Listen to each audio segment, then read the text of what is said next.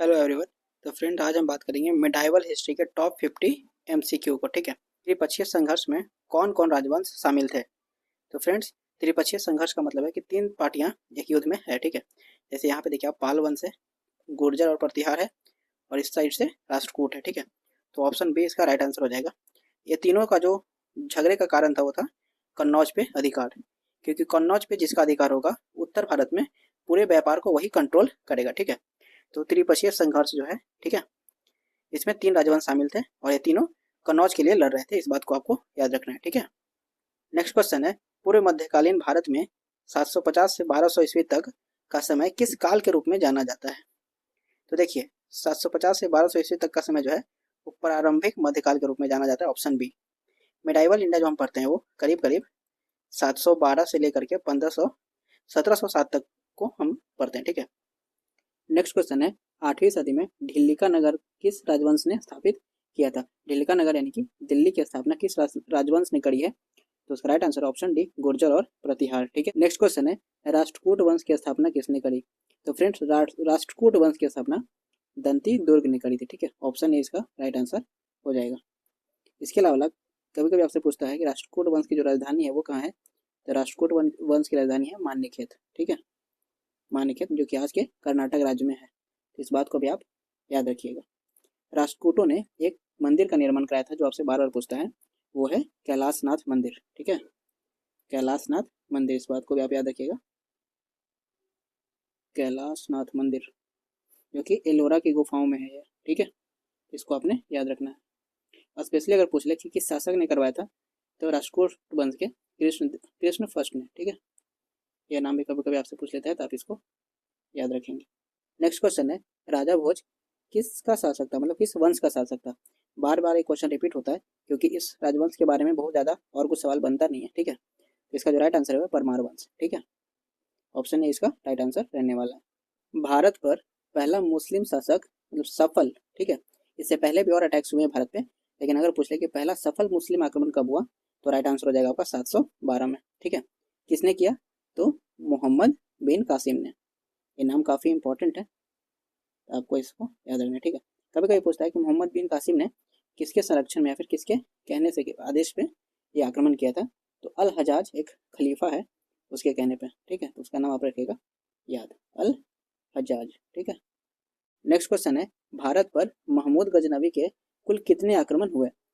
तो महमूद गजनवी ने भारत पे टोटल 17 बार आक्रमण किया है। ठीक है, पहला आक्रमण आपने याद रखना है 10,001 AD में। ठीक है, और सबसे इंपॉर्टेंट जो इसका आक्रमण होगा वो 1025 में सोमनाथ मंदिर पर। ठीक है, ये काफ़ी इंपॉर्टेंट है, बहुत बार पूछा है। तो 17 बार कुल आक्रमण, पहला 10,001 में, और सबसे इंपॉर्टेंट सोमनाथ मंदिर पर 1025 में। ठीक, नेक्स्ट क्वेश्चन है, महमूद गजनवी का सबसे बड़ा आक्रमण किस वर्ष हुआ था। मैंने आपको पहले ही बताया 1025 में, जो कि सोमनाथ मंदिर पर उसने किया था। ठीक है, काफ़ी ज़्यादा यहाँ से लूटपाट उसने मचाई थी। ठीक, नेक्स्ट क्वेश्चन है, महमूद गजनवी के साथ किस प्रसिद्ध विद्वान ने भारत की यात्रा की थी। तो देखिए, महमूद गजनवी के साथ एक बहुत ही प्रसिद्ध, मतलब विद्वान लेखक, ठीक है, अलबरूनी भारत आया था। तो ऑप्शन ए इसका राइट आंसर आपका रहने वाला। ठीक है, इसके अलावा आपको एक चीज़ याद रखनी है कि अलबरूनी ने एक किताब लिखी है, किताबुल हिंद। एक बार बार आपसे एग्जाम में पूछता है कि अलबरूनी ने कौन सी किताब लिखी है, तो किताबुल हिंद, जिससे उसमें भारत के मौसम के बारे में, यहाँ के मतलब जो वेदर है उसके बारे में काफ़ी कुछ लिखा है। तो इतनी बातें आपको यहाँ से पता होनी चाहिए।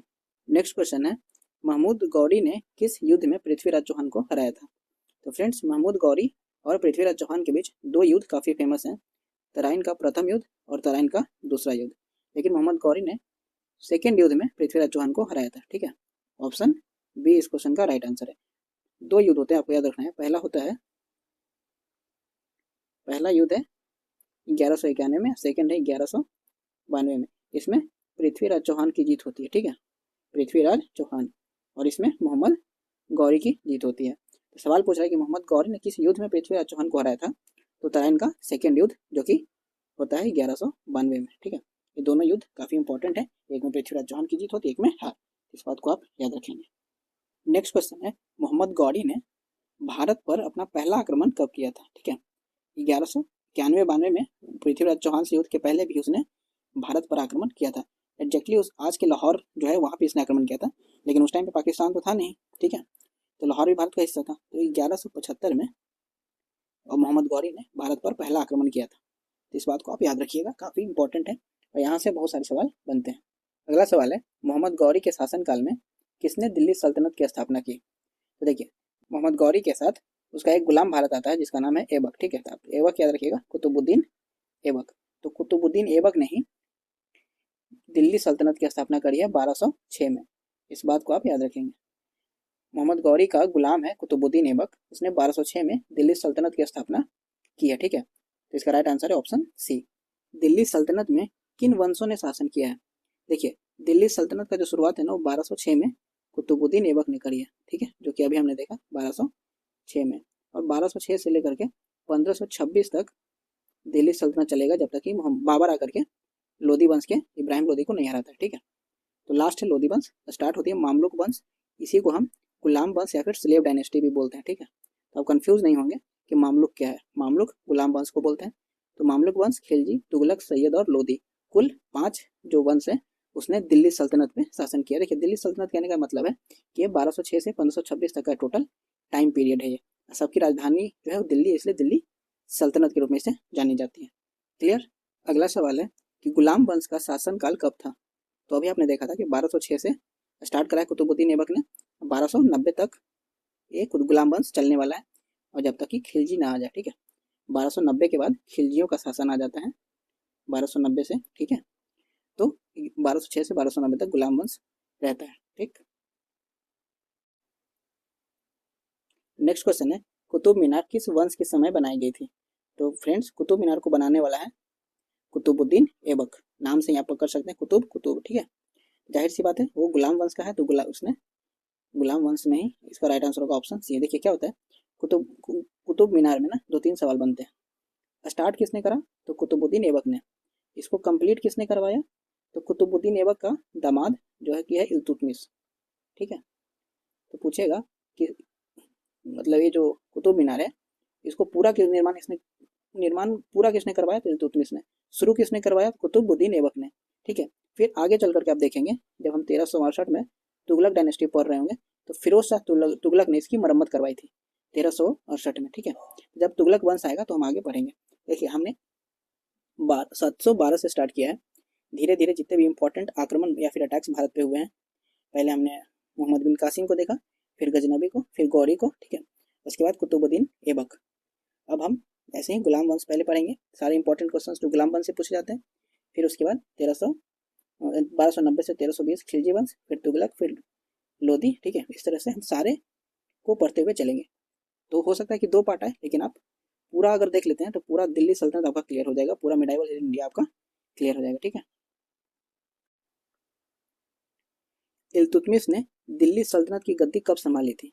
तो 1206 में कुतुबुद्दीन ऐबक गद्दी पर बैठता है, 1210 में उसकी मृत्यु हो जाती है और 1211 में इल्तुतमिश जो है वो गद्दी को संभालता है। तो इस बात को आप याद रखिएगा, ठीक है। देखिए, 1211 में ये खुद गद्दी पर बैठेगा और 1236 तक चलेगा। 1236 में ये रजिया सुल्तान जो कि इसकी बेटी है उसे ये सुल्तान बना देता है। सवाल रजिया सुल्तान से बनेगा कि दिल्ली सल्तनत की पहली महिला शासिका कौन है? तो रजिया सुल्तान है, जो कि इल्तुतमिश की बेटी है। तो मैं आगे बताऊंगा, अभी आप इतना आगे मत जाओ, ठीक है। और क्वेश्चन देखते हैं। नेक्स्ट क्वेश्चन है, इल्तुतमिश को दिल्ली सल्तनत का कौन सा संस्थापक माना जाता है? तो इसे दिल्ली सल्तनत का वास्तविक संस्थापक माना जाता है।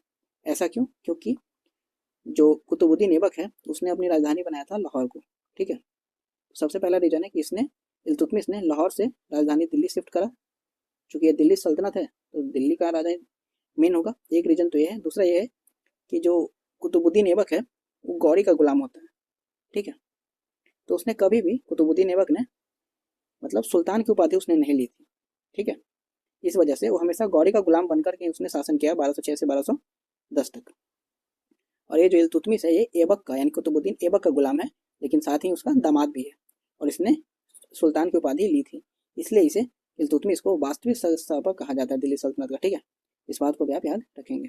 नेक्स्ट क्वेश्चन है, इल्तुतमिश की पुत्री कौन थी जो दिल्ली सल्तनत की पहली महिला शासिका बनी? तो ये है रजिया सुल्तान, फिल्मों वाली, ठीक है। ऑप्शन ए रजिया सुल्तान इल्तुतमिश की पुत्री है और ये दिल्ली सल्तनत की पहली शासिका बनती है। कब? तो 1236 में। ठीक है, काफ़ी इंपॉर्टेंट है। 1236 से 1240 तक इसका शासन चलता है। नेक्स्ट क्वेश्चन है, इल्तुतमिश ने किस प्रणाली को लागू कर प्रशासनिक व्यवस्था मजबूत की थी? तो ये इक्ता प्रणाली, जमीन वितरण प्रणाली की एक सिस्टम लागू करता है। बहुत बार पूछा गया है कि इक्ता सिस्टम जो है वो दिल्ली सल्तनत में किस शासक ने शुरू करी थी? तो इल्तुतमिश ने। ठीक है,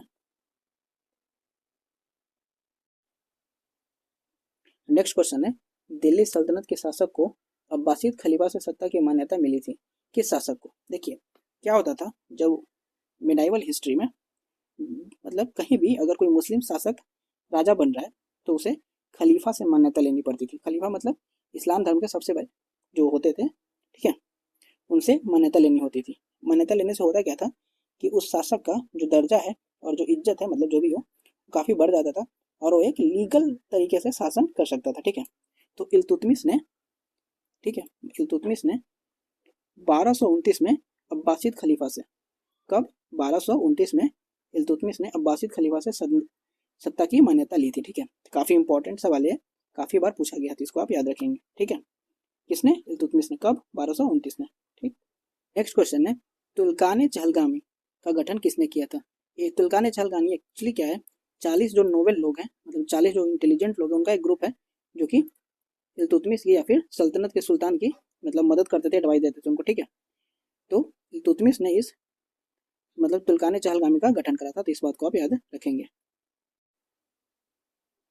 नेक्स्ट क्वेश्चन है कि सजदा और पैबोस की शुरुआत किसने की थी? सजदा नहीं, एक्चुअली सिजदा है। ठीक है, सिजदा और पैबोस पारसी त्यौहार है और इसकी शुरुआत करी है बलबन ने। ठीक है, गुलाम वंश का एक और इम्पॉर्टेंट शासक जहाँ से काफ़ी सवाल बनते हैं। सबसे पहले तो कि इसका टाइम पीरियड आपको पता होना चाहिए। इसका जो टाइम पीरियड है वो है 1266 से 1287 तक। ठीक है, बलबन का टाइम है। इसने सिजदा और पैबोस की शुरुआत करी थी। इसके अलावा अभी हमने देखा कि इल्तुतमिश ने तुल्कान चहलगानी बनाया था और इसने तुल्कान चहलगानी को ख़त्म किया था। ठीक है, इस बात को आप याद रखेंगे। खिलजी वंश की स्थापना किसने और कब हुई थी? मतलब खिलजी वंश की स्थापना कब हुई थी? हम गुलाम वंश पूरा कवर कर चुके हैं। ठीक है, अब हम बात करते हैं खिलजी वंश की। गुलाम वंश का टाइम पीरियड 1206 से 1290 है। तो जाहिर सी बात है खिलजी वंश की स्थापना 1290 में गुलाम वंश के खत्म होने के तुरंत बाद होता है। वो भी आपका राइट आंसर है। करता कौन है? जलालुद्दीन खिलजी। इस बात को आप याद रखेंगे। खिलजी वंश का प्रथम शासक कौन था? तो जलालुद्दीन खिलजी। ठीक, लेकिन सबसे इंपॉर्टेंट शासक है अलाउद्दीन खिलजी, जहाँ से सवाल बनते हैं। ठीक है, काफ़ी कम टाइम है इनका। टाइम आप याद देखिए, जो भी वंश में पढ़ाता चलूंगा टाइम पीरियड बताता चलूंगा, तो आप एक ही बार ऐसा मत सोचे कि सारों का मैं बता दूँ। ठीक है, तो 1290 से 1320, 30 साल का काफ़ी कम समय है। सवाल भी बनता है कि दिल्ली सल्तनत में कौन से वंश जो है सबसे कम समय तक शासन करता है? तो खिलजी वंश है, लेकिन काम इसने काफ़ी बड़े बड़े किए हैं। ठीक है, अलाउद्दीन खिलजी ने काम काफ़ी बड़े बड़े किए हैं, तो इससे जब सवाल बनेगा तो हम जरूर देखेंगे। नेक्स्ट क्वेश्चन है, दक्षिण भारत पर आक्रमण करने वाला दिल्ली सल्तनत का पहला वंश कौन है? काफ़ी फेमस है, वो है खिलजी वंश। ठीक है, खिलजी वंश में भी अलाउद्दीन खिलजी के नेतृत्व में साउथ इंडिया पे अटैक करने का खिलजी वंश सोचता है। ठीक है, आगे के जितने भी क्वेश्चन हैं खिलजी वंश के बाद तुगलक, लोधी और, ठीक है, तो उनको हम अगले वीडियो में पढ़ेंगे। काफ़ी लंबा हो जा चुका है ये वीडियो, तो आज हम इसको यहीं तक रखते हैं। नेक्स्ट वीडियो जरूर देखिएगा और इस वीडियो अच्छी लगे तो वीडियो को लाइक और चैनल को सब्सक्राइब जरूर करें। Thank you.